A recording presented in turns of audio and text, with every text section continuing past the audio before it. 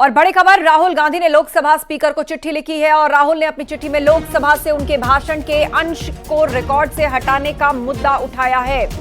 तो राहुल ने इस पर आपत्ति जताई है। इस वक्त की बड़ी खबर, लोकसभा अध्यक्ष को चिट्ठी लिखी है राहुल गांधी ने और जो अंश उनके भाषण के हटाए गए हैं रिकॉर्ड से, उस पर आपत्ति जताई है और कहा गया है कि बयान को रिकॉर्ड्स में लाया जाए। राहुल ने स्पीकर को चिट्ठी लिखी है और ये मांग की है कि इन बयानों को वापस रिकॉर्ड पर लाया जाए और लिखा कि बयान हटाने को लेकर अचंभित हूं, बयान को रिकॉर्ड में लाया जाए। दरअसल राहुल गांधी ने जो संसद के अंदर राष्ट्रपति के अभिभाषण पर अपनी बात रखी थी, उसमें बहुत सारी ऐसी बातें कही जिसको लेकर बीजेपी हमलावर थी राहुल गांधी पर और सख्त ऐतराज जताया गया था एनडीए के नेताओं की तरफ से।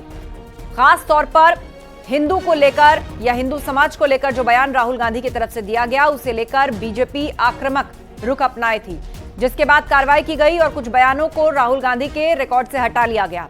अब स्पीकर को चिट्ठी लिखकर राहुल गांधी ने कहा है कि मेरे बयान में कुछ भी आपत्तिजनक नहीं है, बयान हटाने से अचंभित हूं, बयान को वापस रिकॉर्ड में लाया जाए, यह राहुल गांधी ने कहा।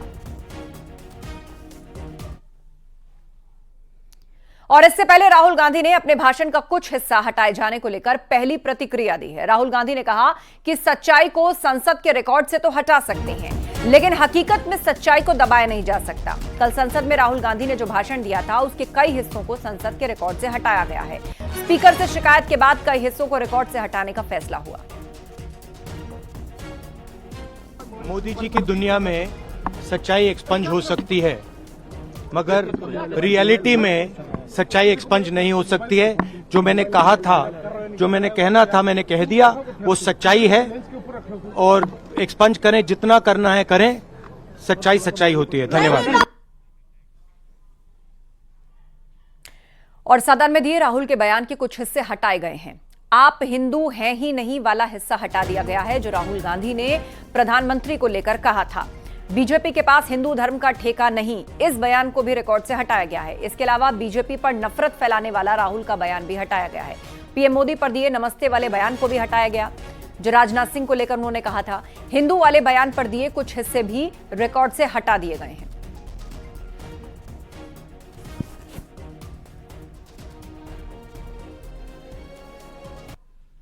तो राहुल गांधी ने संसद के अंदर जो बयान दिया था, उनमें से जिन हिस्सों को हटाया गया है, वो हिस्से कौन से थे? हिंदू धर्म के ठेके वाला जो बयान था, उसको हटाया गया है। बीजेपी नफरत फैलाती है, ये हिस्सा हटाया गया। साथ ही मोदी जी नमस्ते को लेकर, राजनाथ सिंह को लेकर जो उन्होंने बोला, उसको भी हटाया गया। नीट पर अमीरों को जो जोड़ने वाला बयान का हिस्सा था, उसको भी अब रिकॉर्ड पे नहीं हटाया गया। साथ ही पीएम मोदी और आप हिंदू हैं ही नहीं, इस बयान को भी रिकॉर्ड से हटाया गया है।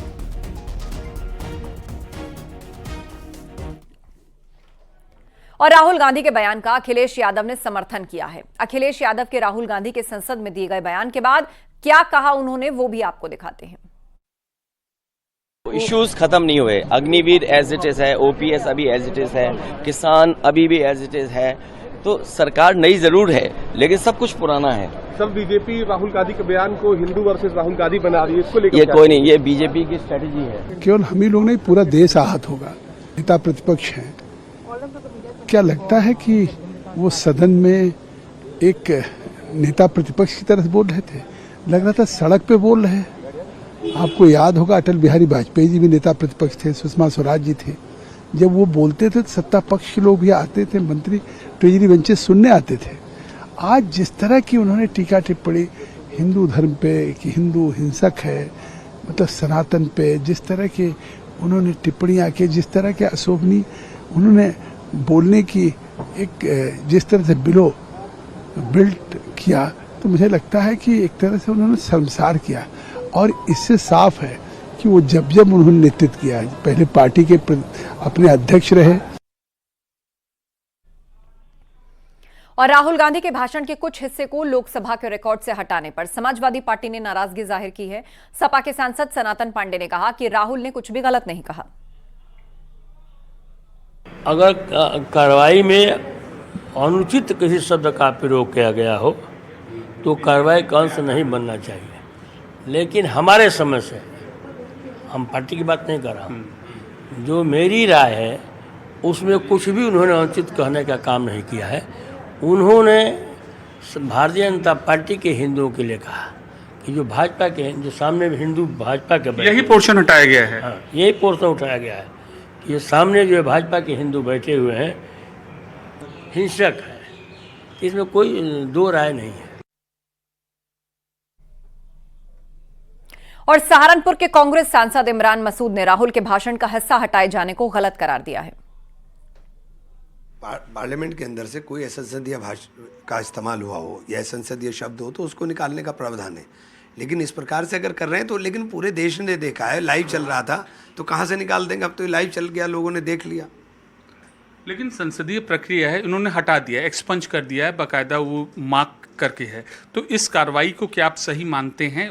7-8 पॉइंट हैं। मैंने आपको कहा ना कि असंसदीय भाषा का अगर इस्तेमाल हुआ हो या कोई असंसदीय लफ्ज़ बोले गए हों, उनको निकालने का प्रावधान है और उन्हीं को निकाला जाता है। मुझे नहीं पता ये क्या हो। केंद्रीय मंत्री एसपी सिंह बघेल राहुल गांधी पर निशाना और हिंदू और सनातन कभी हिंसक नहीं होते, ये एसपी सिंह बघेल ने कहा। हिंदू सबको समाहित करता है, एसपी सिंह बघेल ने बयान दिया और यह भी कहा कि मुगल आए, पारसी आए, सबको समाहित किया। सर, राहुल गांधी ने जिस तरह से कल लोकसभा में कहा कि हिंदू नफरत की बात करता है, हिंसा की बात करता है, उसके इस बयान पर लगातार विवाद हो गया। हिंदू और सनातन कभी नफरत की बात नहीं करता। अतः देवो भव की अवधारणा ये सनातन की है, वसुधैव कुटुंबक की अवधारणा ये सनातन और हिंदू की है, सर्वे भवन्तु सुखिनः सर्वे सन्तु निरामया की अवधारणा ये सनातन और हिंदू की है। हिंदू ने सबको सनातन ने स्वीकार किया। यहाँ पर दिल्ली सल्तनत आई, मुगल्स आए, यहाँ पारसी भी दूसरे देश से आए और आप देख रहे हैं कि समावेश में रहकर और सरवाइव किया। हिंदू सनातन चाहते हैं तो कभी नफरत की बात नहीं करते हैं, वो तो जोड़ने की बात करते हैं और उनका ये बयान भारत की सभ्यता, संस्कृति, धर्म, आध्यात्म और सनातन की अवधारणा का अपमान है। लेकिन सर, कांग्रेस कह रही है कि हम तो बीजेपी आरएसएस की बात कर रहे हैं। नहीं, ये तो अब वो बहानेबाजी कर रहे हैं। धन्यवाद हमसे बात करने के लिए। कैमरा पर्सन प्रकाश गुप्ता के साथ पवन गौड़, नवगेट टीम, दिल्ली। और इसे लेकर बसपा अध्यक्ष मायावती ने एक्स पर पोस्ट किया है। उन्होंने लिखा है, बाबा साहेब डॉक्टर भीमराव अंबेडकर ने देश में विभिन्न धर्मों के करोड़ों लोगों के हित, कल्याण, भाईचारे के लिए धर्मनिरपेक्षता के आधार पर संविधान बनाकर सभी धर्मों का सम्मान सुनिश्चित किया है, जिसके प्रति सत्ता और विपक्ष दोनों को सदन के भीतर व बाहर गंभीर होने की जरूरत है।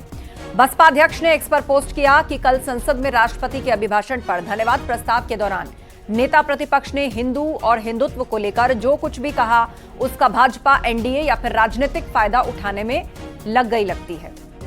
कांग्रेस द्वारा इनको ऐसा करने का अवसर प्रदान करना कितना उचित, ये सोचने की बात है।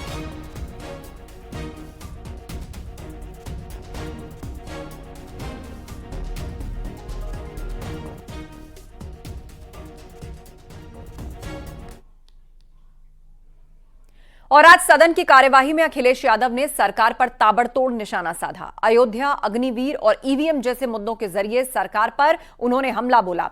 स्मार्ट सिटी से लेकर पेपर लीक जैसे मुद्दे, तीखे मुद्दों के जरिए अखिलेश यादव ने घेराबंदी की कोशिश की। अध्यक्ष महोदय, ईवीएम पे मुझे कल भी भरोसा नहीं था, आज भी नहीं भरोसा। मैं 80 की 80 सीट जीत जाऊं तब भी नहीं भरोसा। और मैंने अपने चुनाव में कहा था अध्यक्ष महोदय कि ईवीएम से जीत करके ईवीएम हटाने का काम करेंगे। न ईवीएम का मुद्दा मरा है, न जाएगा खत्म। जब तक ईवीएम नहीं हटेगी हम समाजवादी लोग उस बात पर अड़ग रहेंगे। अध्यक्ष महोदय, मैं ये कहना चाहता हूं, मैं खुद मिलिट्री स्कूल से पढ़ा हूं।